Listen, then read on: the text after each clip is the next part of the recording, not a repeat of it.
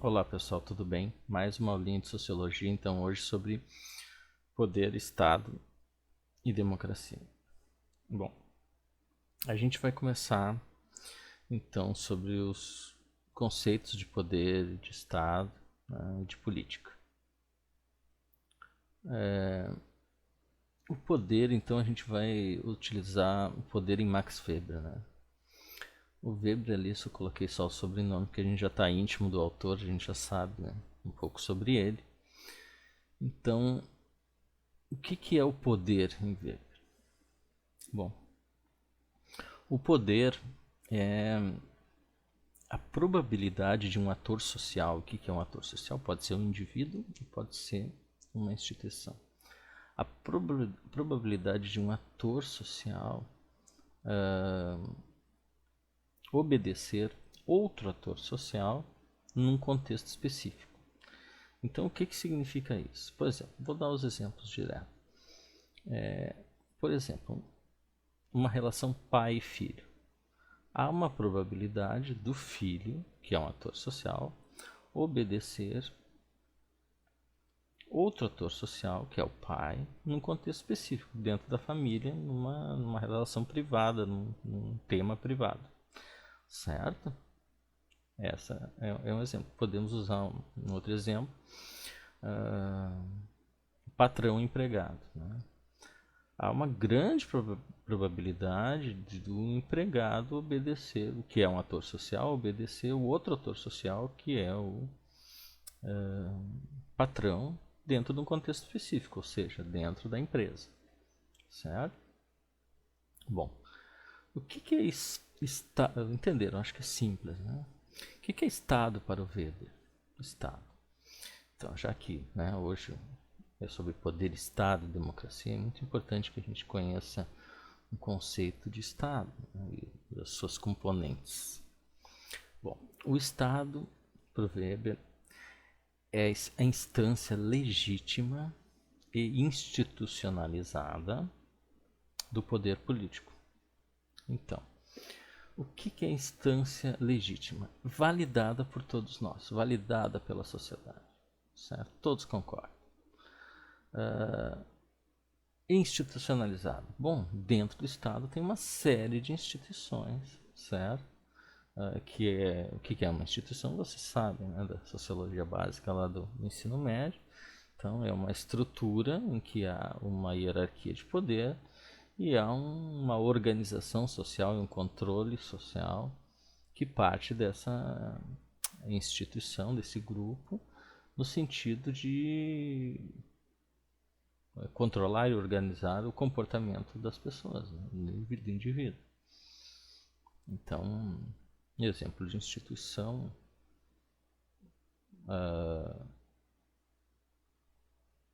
um serviço público, por exemplo, né? uma prefeitura. Uma prefeitura tem o prefeito, depois tem os secretários, então há uma hierarquia, né? Há regras e normas, regras barra, é a mesma coisa, regras barra normas que rezam, entre aspas, como deve ser o funcionamento da prefeitura. Né? As prefeituras todas têm essa estrutura. Bom, política, conceito de política.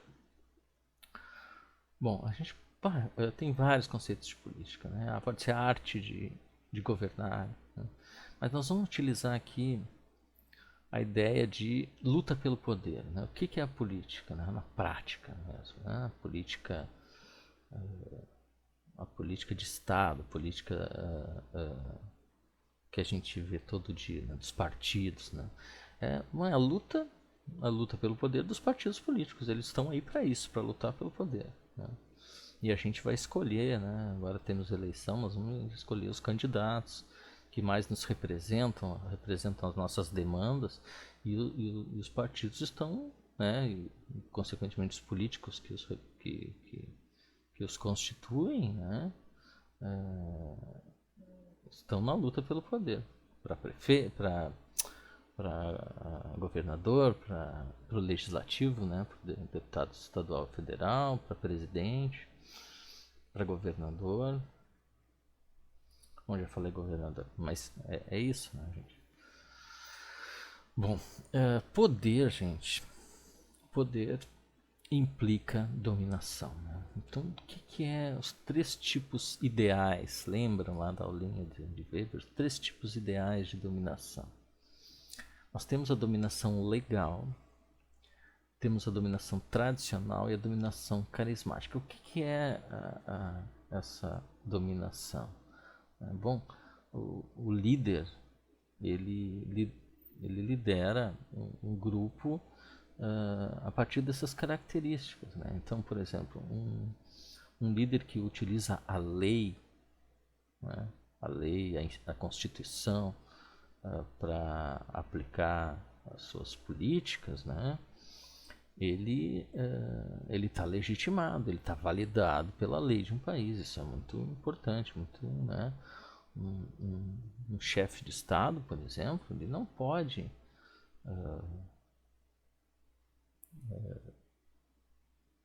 aplicar algo que não seja que tem que estar em conformidade com a lei. Ele não pode fazer o que ele quiser, certo? Bom, isso, claro, não estamos falando dos reis, né? Estamos falando das democracias modernas, né? Dos estados modernos. Bom, a dominação tradicional, o que é? A dominação tradicional, ela trata de um tipo de característica que a gente pode usar de exemplo muito as religiões, né? Então, por exemplo, o Papa seria um tipo de dominação tradicional. Por quê? Porque essa característica desse líder, se estabelece através das virtudes desse líder e das dignidades desse líder, né? Então, por exemplo, o Papa passa por um sistema religioso lá, todo um processo, né, em que ele se torna o líder maior da Igreja Católica. E todos nós legitimamos, todos católicos, por exemplo, católicos legitimamos isso, né, e aceitamos e concordamos com que o Papa que ele tem todas as virtudes e as dignidades necessárias para ser líder. E a gente concorda, inclusive, com o sistema e legitima o sistema de escolha, certo? A dominação carismática, então, é através da oratória, das expressões, uma espécie de, como diz o Weber, características mágicas do, desse líder. Vou citar um exemplo para vocês. Políticos que as pessoas se apaixonam, por exemplo, não pelas obras, mas não precisa ser necessariamente políticos, líderes de igreja também podem ser exemplos disso, né? Pelo carisma que eles têm. Então, por exemplo, vou citar um exemplo, o Vargas. O Vargas foi um presidente que o Brasil teve, vocês já devem ter estudado com o Chambinho. E o que acontece? Quando ele se suicidou, deu uma crise, pessoas deu quebra-quebra em Porto Alegre, porque as pessoas amavam o Vargas, e não necessariamente pelos atos políticos dele, talvez por alguns, mas muito pelas características de personalidade dele, certo? Bom, vale a pena dizer aqui que normalmente os líderes têm essas 3 características, ou 2, ou uma delas, mas não necessariamente o líder tem uma e não tem as outras 2, tem o líder que só tem essa, não, eles podem ter. Isso aqui é uma divisão didática para a gente entender os tipos de dominação, certo? Bom, o poder em Michel Foucault, então. Por que eu falei primeiro poder em Weber? Bom, o Weber é o poder de Estado, o conceito de, aliás, poder do Estado, né? Esse conceito geral de poder, depois o Estado como instância de poder político, para a gente entender depois os tipos de Estado modernos, né? Como é que funcionam as coisas. Né? O poder em Michel Foucault é de outra ordem. Né? Ele tem a ver com o conhecimento e os discursos. Eu já vou explicar para vocês como é que funciona. Né? Então, esses discursos como dispositivo de controle do indivíduo. Como é que acontece o poder?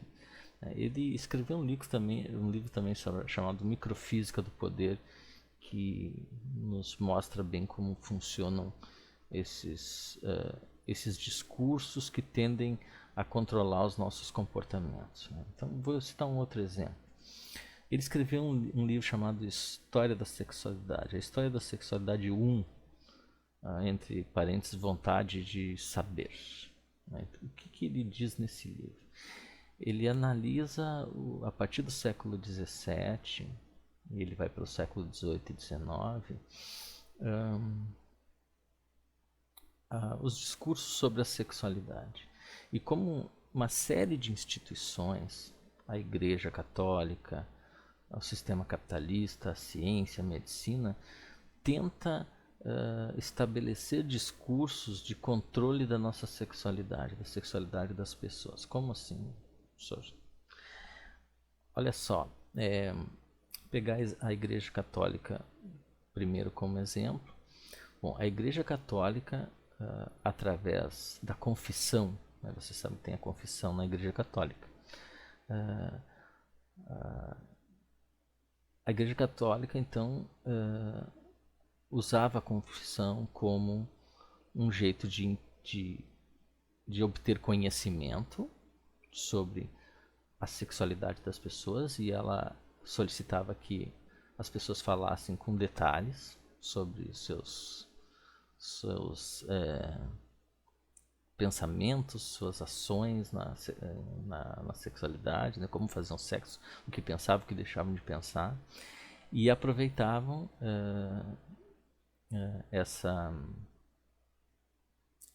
esse sistema de confissão para estabelecer qual a sexualidade legítima, né?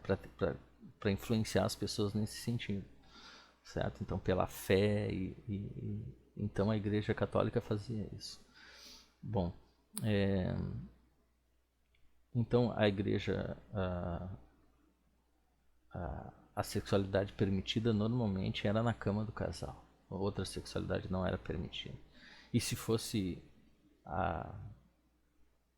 se não tivesse como evitar, deveria ser nos rendezvous, nos cabarés, né?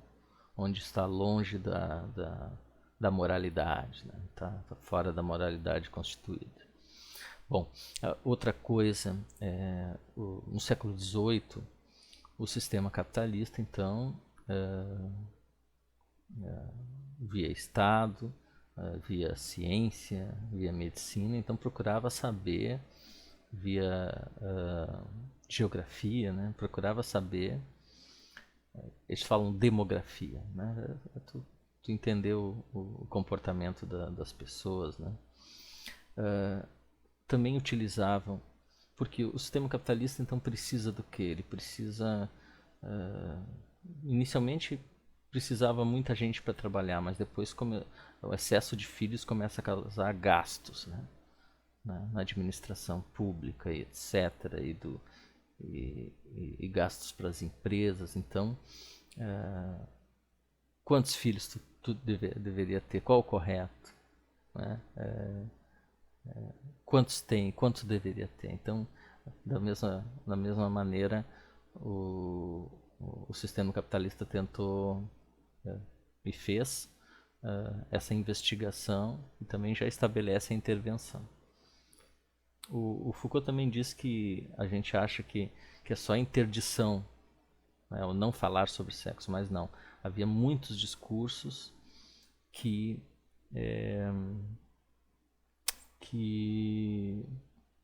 diziam qual o sexo válido, né? Inclusive até hoje, né? O sexo, isso, a gente quando vai falar de sexo tem sempre, não é à toa que vocês dão risada aí quando o Xambim fala de sexo, né? É algo que poderia A gente tem uma série o sexo tem que ser falado, ou a gente brinca com ele, ou a gente fala em lugares específicos, né? Não fala alto, né? Tem uma série de interdições também, silêncios e maneiras corretas de falar sobre sexo, entre aspas, né, gente?